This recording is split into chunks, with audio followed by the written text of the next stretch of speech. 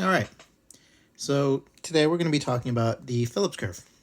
And so let's just get started. The Phillips curve, which um, it's worth noting that many economists don't believe actually exists. Other economists believe it's utterly useless.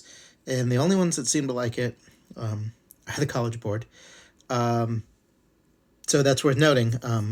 But here it is. It's meant to demonstrate the relationship between inflation and unemployment, or actually expected inflation.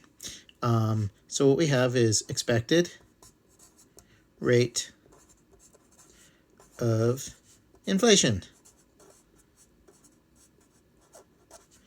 and unemployment.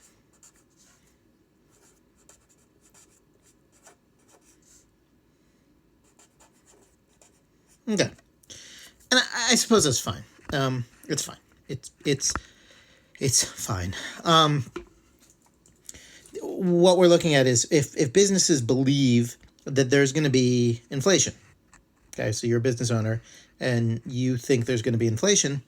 How likely are you to hire workers now rather than later? And I think that makes sense. And I think that we can kind of look at that because so if I'm a business and I know there's going to be inflation in the near future, it means that soon I'll be able to charge more for my goods. So I should hire workers now based on the anticipated inflation. Or if there's currently inflation and I expect to continue, that's fine too. Because what that means is that I will get to sell goods at a higher price, which means I'm going to make more money, but I'll still be paying workers the uninflated values. So I'm going to grow essentially. So it works like this. What we have is a downward sloping Phillips curve. As the expected rate of inflation rises, okay, so from here up, unemployment falls. In other words, the more expected inflation there is, the more inflation in general. And it's worth noting that people, if there is inflation, you will expect more. So when we say that there is inflation, that works for this too. But it's also expected rate of inflation, like you anticipate there being inflation. But for the most part, when there is inflation, people expect that inflation to continue. And so that's really what we're talking about here. This is a fairly elastic Phillips curve, but it can be, like this too. Either way, in either model, when inflation goes up, unemployment goes down because businesses hire workers. Because you think, oh, I'm going to make money in the future. I might as well hire workers now to make whatever it is I sell, or so on and so forth. And the workers, their wages are static, and as a result, businesses profit.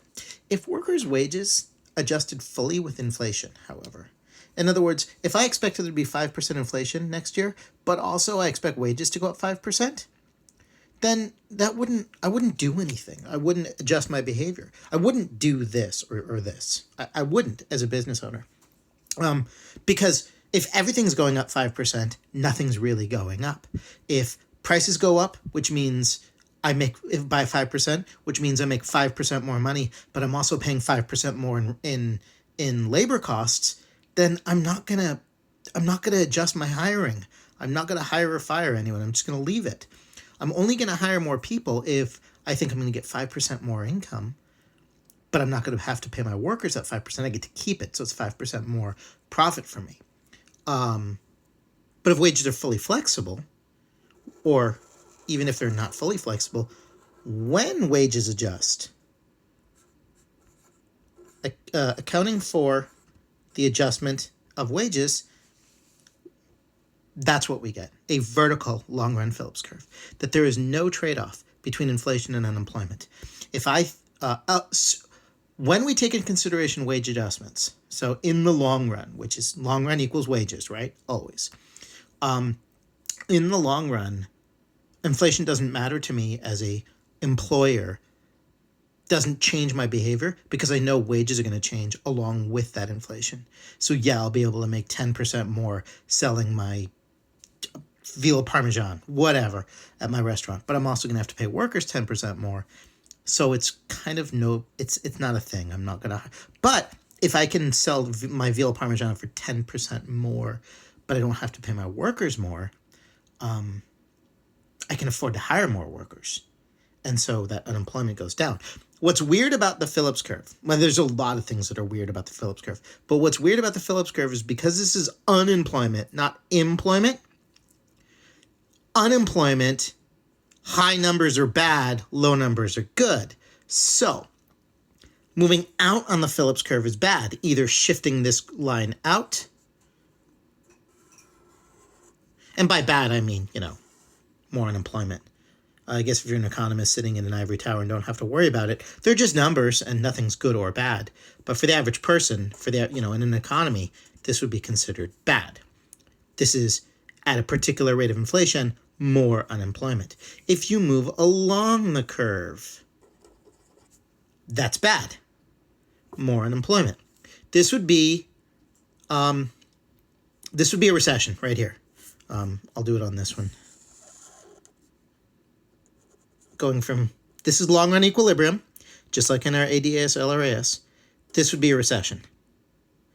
This would be inflationary, which is opposite of our LRAS, SRAS. You get the idea. I'm not going to do the whole thing. Where this is inflation and this is recession. It's the opposite here. And the reason it's opposite is these two letters. Okay. In the separate video, I'm going to go over the relationship between this and this, and how you can 9 out of 10 times get the answer. If you understand this graph, you can get the right answer for this graph. So as kind of a way to verify your answers and to make sure you're doing it right, that'll be in the next video. But this is the Phillips curve. Okay. So if we say, assume the economy's in an unemployment rate of whatever, and inflation rate of whatever, you would draw this Phillips curve. In fact, let's do that. So usually on the AP test, you'll get like actual numbers. So let's say that it says that the expected rate of inflation is 4%, and the unemployment rate is 3% above the natural rate, and that the natural rate is 2%. So we know expected rate of inflation is 4%. I think it's 4%. I hope I said 4%. It's 4%. It's 4% now. Whatever. It's 4%. Okay. So we know that unemployment is 3% above NRU. And we know that NRU is 2%. With this information, we can construct the Phillips curve graph that we want to make. That's all we need. So I'm going to do that right here. So we have expected rate of inflation. I would word this out. I just don't want to waste your time watching this video, but I would word this out if possible. Just put rate of inflation. You could put expected rate of inflation, but don't put ERI. That's me just trying to save time. So I only need one data point, and it's the current data point. 4%. That's percentage. I promise. Really. Okay. We know that there's the NRU, which is the long run Phillips curve. Remember that at full employment, or in the long run, the economy gravitates towards the NRU being zero, or the NRU, cyclical being zero. We gravitate towards the NRU. So it's the same as the LRAS, same with the production possibilities curve. This is NRU, because anything other than NRU, any unemployment rate other than NRU would either put pressure on the labor market, or not enough pressure on the labor market, and it would force wages and employment to gravitate towards that full employment. We did the experiment in class. We kind of talked it through. Just remember when we had a whole row of people being unemployed, and then when we hired more workers, and just remember back to that discussion. If we didn't do that discussion in a class, you're not in my class, sorry, look up why the LRPC is the NRU. And it's the same as the LRAS, and it's the same long-run aggregate supply, and the same as production possibilities curve. They're all 0% cyclical at any rate. So we know the NRU is 2%. We know there's a short-run Phillips curve. Yeah. Okay, SRPC. All right, and we know that the current... boy, did I do that badly. Pro tip. Make the lines before you put in the percentage points. Always. You'll see why in a second, because this isn't going to give me what I want. We know that the unemployment rate is 3% above the NRU. So we know that the NRU is 2. 3% above that would be 5. And so then this would be 4% expected rate of inflation. Zoom. Okay, so there you go. That would be correctly... Unemployment. We have to label this. Again, label it unemployment. Don't be lazy like me. But I already passed this test, so I get to be lazy now.